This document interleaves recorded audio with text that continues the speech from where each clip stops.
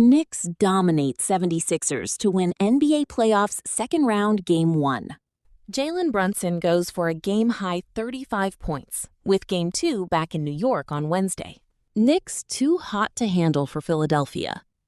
The New York Knicks have blown away the Philadelphia 76ers by 39 points in Game 1 of their 7-game Eastern Conference semifinal series. New York led by 23 points at the half, punctuated by Jalen Brunson's 3 at the buzzer. He finished with a game-high 35 points on 12 for 18 shooting from the field, as all 10 starters sat the fourth quarter. The Knicks' lead hit 34 points in the third as the 76ers' exploits in Boston caught up with them.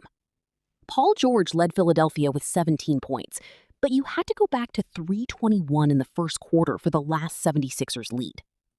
Game 2 is back at Madison Square Garden on Wednesday night. Looking ahead to tomorrow, the other 2 second-round series begin tomorrow, with one in each conference. First, at 7 p.m. Eastern Time, the Detroit Pistons will host the Cleveland Cavaliers at Little Caesars Arena, with both teams coming off Game 7s on Sunday. Then, the Los Angeles Lakers will be in Oklahoma City to face the Thunder at 8:30 p.m. Eastern Time.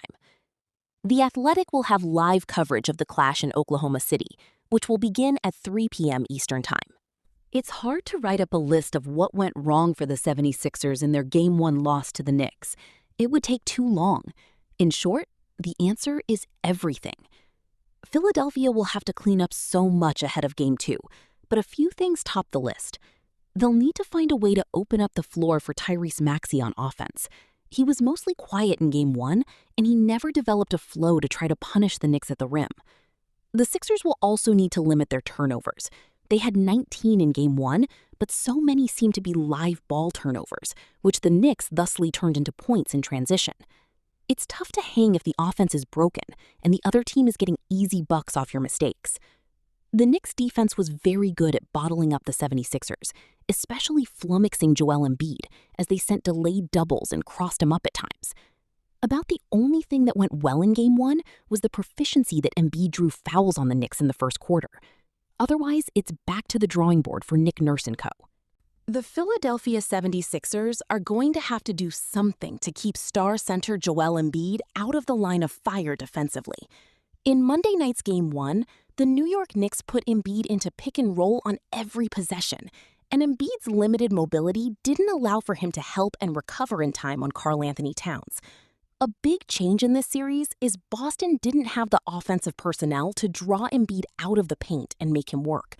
One of the reasons Embiid was so effective offensively is because he didn't have to work as hard defensively.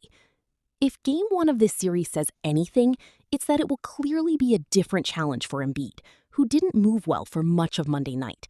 Instead of having to guard centers who aren't a threat offensively, Embiid has been put in position to have to contain Jalen Brunson off the dribble, but also have to recover on Towns.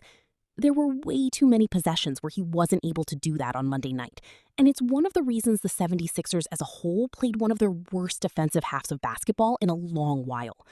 Finding ways to combat this going forward is going to be a real challenge for the 76ers. There's this concept basketball statisticians throw around: variance. Every once in a while, a trend will deviate from its norm, but as time goes on, that trend will regress to its mean. Basketball people have taken to calling hot shooting nights variance games, aka ones that if you simulated them out 100 times, would not formulate the real-life results nearly as often as they would other, more likely outcomes. Of late, the Knicks are the kings of variance games. They are shooting 60% from the field over their past 3 games, which dates back to Game 5 of their first-round series against the Hawks. They have sunk 43% of their three-pointers during that time. Monday produced their hottest night. Their effective field goal percentage of 75 against the 76ers made for the 4th best shooting performance in any game this season, regular season or playoffs. That's 2,565 games played, and this one was 4th. Yes, this is variance. The Knicks have won these 3 games by a combined 119 points. But in a 7-game series, a variance game or two can be the difference between moving on to the second round and going home. The Knicks won't keep up this shooting for the next month and a half, but that they're even capable of it for a trio of consecutive playoff games places them in a tier not many can approach. Bridges balled out. If Mikal Bridges is going to play like this, New York might be done with this series by the weekend. The often criticized wing, who was benched twice in the second halves in the first-round series against Atlanta, was outstanding in the Knicks' Game 1 beatdown of the 76ers, with his defense and efficient shot-making.